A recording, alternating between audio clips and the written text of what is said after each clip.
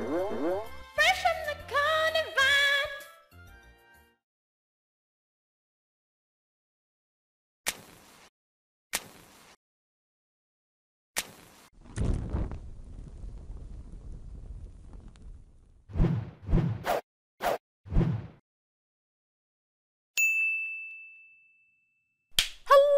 How are you guys doing today? My name is Anima and today I present to you the very first episode of Fresh From The Carnivine, a talk show where we get chattier than a chat out and heat, folks. I'm sorry, that was really gross. It looked better on paper than it did out loud. Oh my god. But this is essentially a talk show where we talk about all things Pokemon. Today I present to you special guest Xenon3120. Even he doesn't know what those numbers mean, but first, today's news. This week on today's news, millions are shocked and appalled as professors across the Pokemon community are revealed to have secret, lustful backgrounds. Here is a photograph of a young Professor Oak engaging in lurid and questionable activities. Notice the vacant stare and tiny, tiny panties. With names like Birch, Oak, and Sycamore, it seems as though the professors truly have words after all. I am Eugene, and this has been today's news. Back to the studio. So, as I said, I am here with the magnificent, the beautiful, the amazing Xenon3120. How are you, Mr. Xenon? Alish. I'm doing great. Wonderful. Thanks for asking. Wonderful, you are so welcome. This is strange because it's like you're my friend, so it's like weird to be interviewing you like. Let me just say welcome to everybody. Hi minasan. Hi minasan. We need to hire some like Japanese people to actually come in and like, you know. Yeah, I have my lights in the background. It's crazy because I've been living in a cave. I didn't know there was lights technology. I have seen the lights. Why is your room so dark? Why don't you put lights on? Ever. I didn't know lights exist. I was like, the sun is the brightest thing ever. It's like the 21st century. Yeah. But today we're going to talk about the fact that Xenon lives in a cave. No, we're going to talk about expecting the unexpected, using like underrated or unexpected Pokemon moves and strategies. Basically, Xenon is the king of this shit, so like this is why we're going to talk about it with him. So, Xenon, Alish, dude. Yes. Bruh. What is the like favorite unexpected set that you've made, like in recent memory, or of all time actually? Either one. Answer both of them. Do it. Oh, that's a hard one. Let me think. Can I say the one that I faced?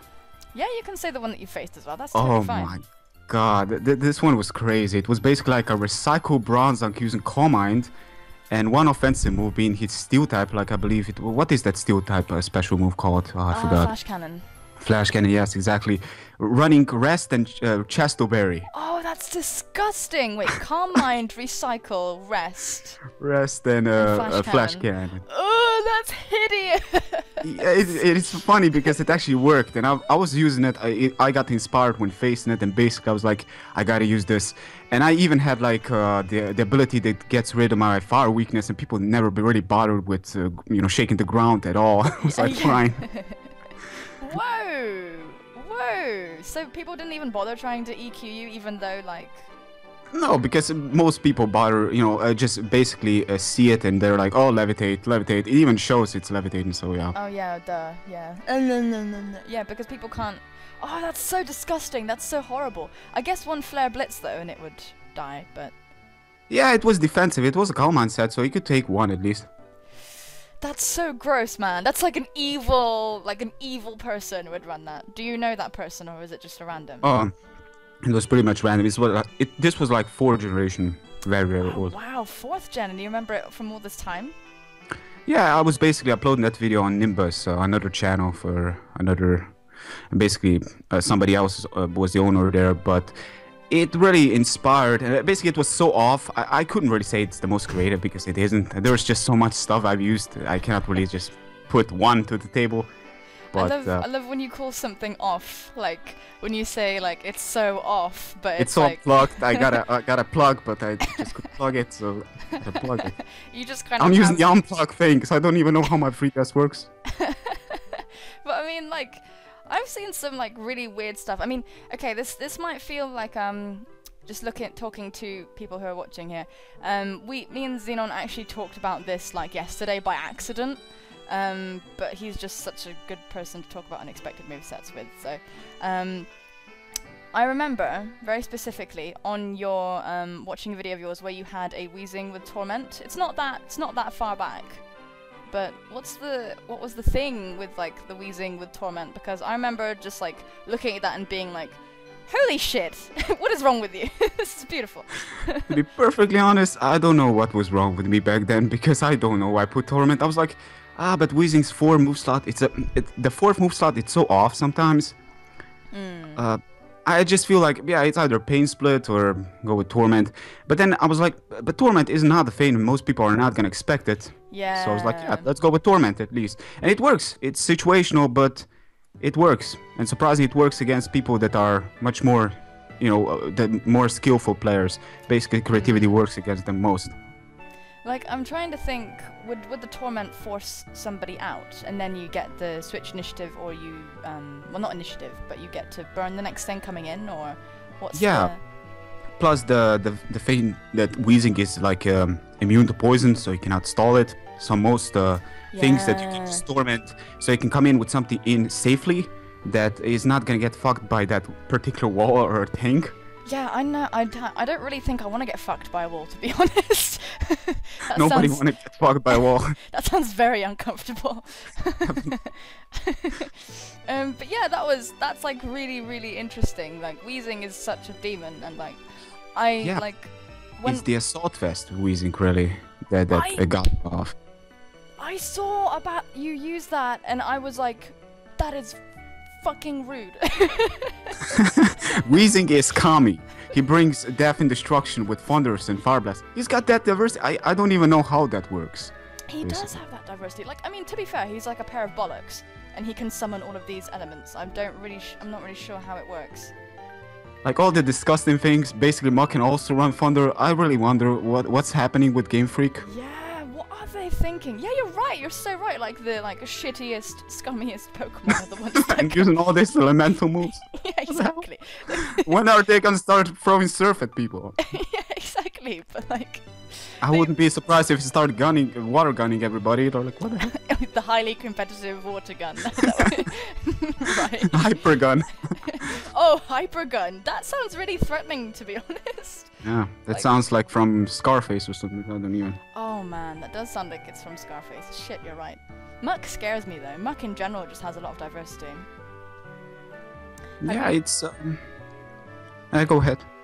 Have you used like? Have you built like a unique Muck set before? I'm wondering that you can think of. Ooh, I built once. I believe I built. Well, basically, it was a choice specs Muck. What the fuck? I wasn't expecting an answer. Well, I pretty much built like so off stuff. Again, unplugged stuff basically. And I was like, yeah, let's use this. Most people are not gonna see it, and it worked again. Giga Drain is a feint, I believe, on him. Giga Drain? I don't understand. It's literally a pile of crap, and it's got the move pool of Dragonite. It's like got a better move pool than Dragonite. It's like so strange. Wait, so you got to actually use Giga Drain on stuff? Yeah, I did, and it works. Again, surprising. Just using stuff random. I would like to use Minimize and be all, a dick towards other stuff. Yeah. I can't, sadly. No. I mean, we've talked about this before. We don't tend to gravitate towards setup Pokemon in general. No, because I use Dragon Dance, and like the thing about me is that I've stopped using. Now recently when I was doing the gyms, I was taking it super serious. Yeah. We all took it super serious. Yeah, we were so tryhard. I stayed up every night, like sweating over my desk, like writing. Like, no, I didn't do that. But it's really the thing about Dragon Dancing is that I'm so over it. Every time I try to Dragon Dance, it's not like my opponents are bad and anything. I know they can handle it, but the thing is that most of the games I go in and Dragon Dance at the right time, it's over. It's just over. That's true. And I very like true. the games to be close, but when it comes down to it, I tend to realize that most of the mid games start to become really bad because of it. And especially like Evilite, like what was it? Flexure, Drag Dance in NU or PU. Back then was like PU, that's the NU of NU. Right, and it's crazy. I was like, I'm done with this. Dragon Dance is too much. Quiver Dance is too much. Sword Dance is too much. Everything is too much. It's too much. We just need to fuck it, just Leo. That's it, just Yeah, Leo. we need to limit ourselves. I'm a player that likes to limit itself to kind of give myself some more challenge. Yeah. You're that's a just- rare breed, Alice. You're a rare breed. Most people like to. I feel like you mentioned, I'm not too sure how big of a fan you are to Dragon Dance and all those things. I'm not really. I mean, like, I don't disrespect anybody who uses them, but I just think, like, my preferred playstyle, my preferred way to win and like is to outmaneuver, not just set up. Like, it's like setting up is a completely valid way to play, and I totally think that like that people should do it, and that's fine. But I prefer to like catch somebody with a double switch or catch somebody with a prediction or something like that than set up. Just because there's just like a feeling of like it, like to an extent, like when someone sets up, to an extent it halts the momentum of the battle, because if something gets a swords dance, then that's a Pokemon dead, you know, and then the battle becomes the opponent trying to shut down this Pokemon than like switching around and stuff like that. But the thing that I really most enjoy is like if I use Minlook, most people are gonna be like trying to set up against somebody. You know, back in the days, Minlook, set up, going battle pass, just Magikarp, splash, everybody's dead. But it doesn't really work that way. I'm like, if I Minlook nowadays, I Minlook just for the sake of him not double switching. Right, like when you used Blue Moon in the Litheo League, when you used Minlook on. Well, I was a total dick back there. I was like, I'm going all out right now. You're done. You're done. Yeah, but you were tactically dicking, which is a very weird thing to say. Yeah. You were tactically dicking because you knew that you put out the rocks to stop the Charizard from coming in, so you knew it couldn't come back in. I'll put a link to this battle in the description so you'll know like what's going on. But well, thank you for sharing. Yeah, and like you Minlooked. You put the rocks up so that Charizard and Volcarona wouldn't be motivated to switch in, and then you trapped the spinner. So it was calculated dickery, I think. I was actually kind of surprised that I managed to pull that one off, because something was telling me he's gonna probably switch out to Infinite first because he still has that one. And it's kind of off, but yeah, like you mentioned, it kind of killed his limitation of switches, and I had Slowbro to stop the Infernape, so. Yeah, it managed to pull off, but a little bit too early for my own good.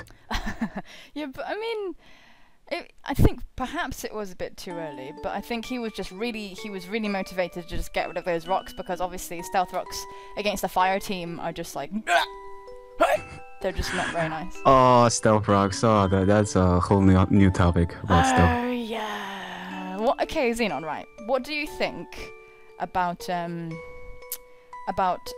a hazardless game? Do you think Pokemon would still work? Oh, it would work. I mean, basically, back in the second generation, third generation, people consider it to be the most balanced, and there was no stealth rocks back in the days. But weren't Pokemon really bulky back in those generations? Yeah, that's true. Like second generation basically had all stats maxed out, which is insane. Whoa. But the third gen had natures introduced, and that means that the stats could have been completely different, much more complex. But the thing about the third gen, I mean, now with stuff, I can see them. I kind of go attached to them. I'm using them nowadays, and I still feel like fourth and weakness is a bit too much. I would have really liked if they put it like to the third, like not kill like 50%, like at least give it like around at least 40, or just make it a little bit less, because sometimes it feels like the thing I like and the thing that I don't like is that 4-time is just too much, but at the same time I like that stealth rocks nowadays bring you that makes players go a little bit more serious, a little bit more competitive. Yeah, that's true. Because they're forced to at least use something, you know, with reasonable set. Like Hitmontop is gonna use Rapid Spin most of the time. You're not gonna use a Hitmontop with like bulk up and all the moves. Yeah, you could, but then you're gonna lack a reliable Rapid Spinner. Yeah, that's true. That's true. It does force people to bring, to utilize Pokemon like to their it forces people to, yeah, like you said, to like actually use Hitmontop for its spinning capabilities and stuff. But you've used... yeah, carry on.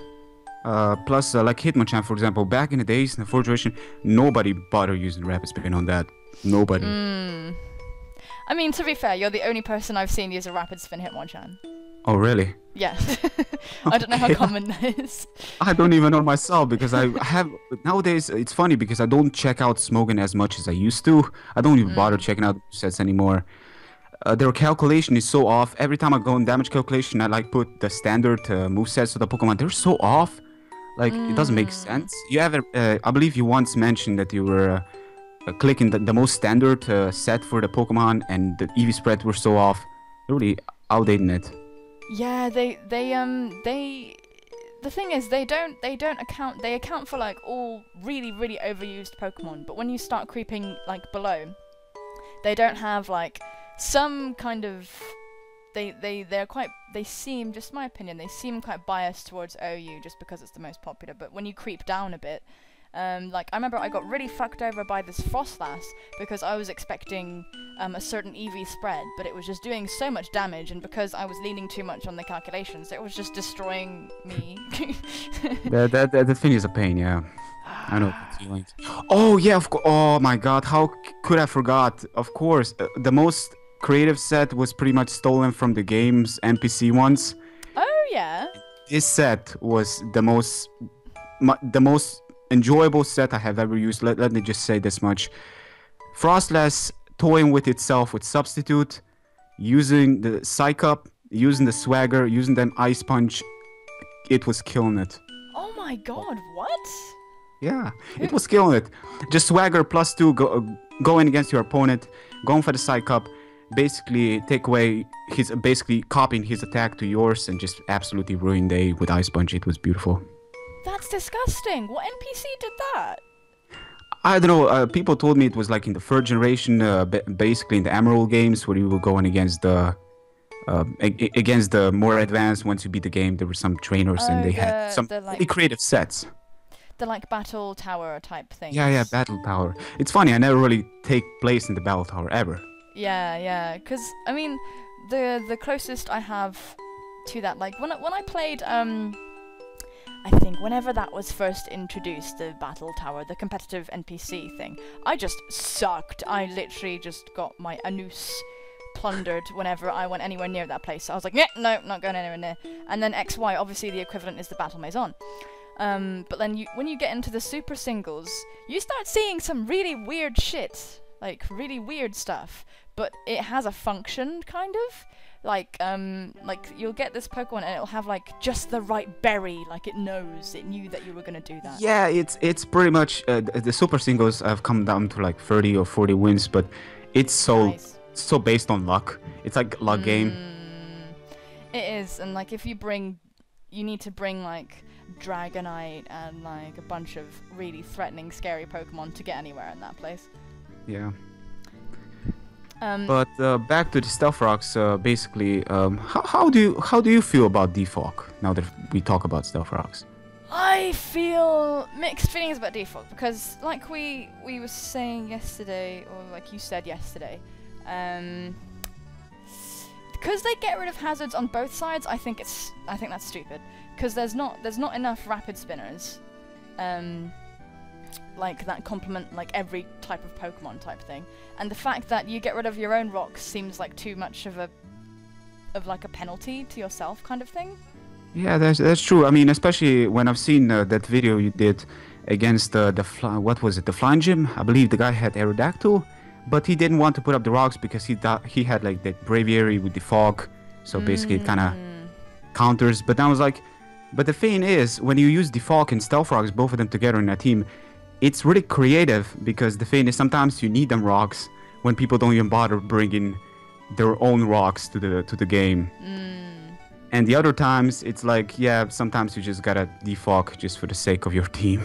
Yeah, sometimes you just to preserve everybody. Like in terms of him, his team was just so weak to rocks. Like it was. Yeah, that is exactly why I feel like, as a gym leader, he should still try to go for the rocks, because really rocks are just broken at some point. They are. They're ridiculous. Like I didn't really value them that much. Like I went through a kind of a phase of like not really doing certain things for some reason, out of stubbornness. I'm not really sure. Like I would just stay away from Pokemon. I haven't even run a Talonflame properly because of this weird stubbornness to not run Pokemon I consider like really powerful. I don't know why I do it. It's just stupid. But like I didn't run rocks like really that consistently. But when you start using rocks more consistently, like the amount of KOs, the amount of little extra KOs you can pick off just because of that little of damage is A little damage, yeah. It's like lefties, basically. Yeah, it just really cinches it. But you know, I linked you something before we started recording. Right. Okay.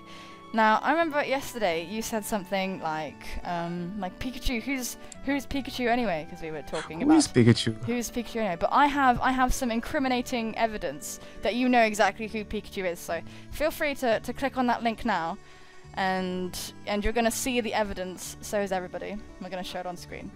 So go and click the link. Okay, clicked. Okay. Check who is Pikachu. Yeah. Oh. What? As you can see, this is evidence that Xenon knows exactly who Pikachu is. What the hell? That's him enjoying the company of Pikachu. This is for all the times you've memed on me. What the hell is this? I'm gonna frame it. I'm gonna frame it on all the memes. I don't know how to say it. Meme or memes that you've made of me. There we go. Oh. But yeah, you I know. guess I know Pikachu. Huh? I guess I do know Pikachu now. Yeah, you do. You do know Pikachu. It's gonna hunt me. It's gonna hunt. Yes, you know full well who Pikachu is, my friend. You know full well who Pikachu is. But is there anything else you would like to say? We have reached our 20-minute mark. Yeah, I would like to say something. What would you like to say? If you're here for the very first time on this channel, be sure to subscribe to Alora. And yeah, that's really all I have to say. Subscribe to Xenon first. He's really good. Subscribe to him first. Do it. Thank you so much for saying that. But guys, yes, I really hope you enjoyed this episode of Fresh From The Carnivine. I'm Anima, and this has been the magnificent Xenon. And yeah, I do hope you enjoyed that.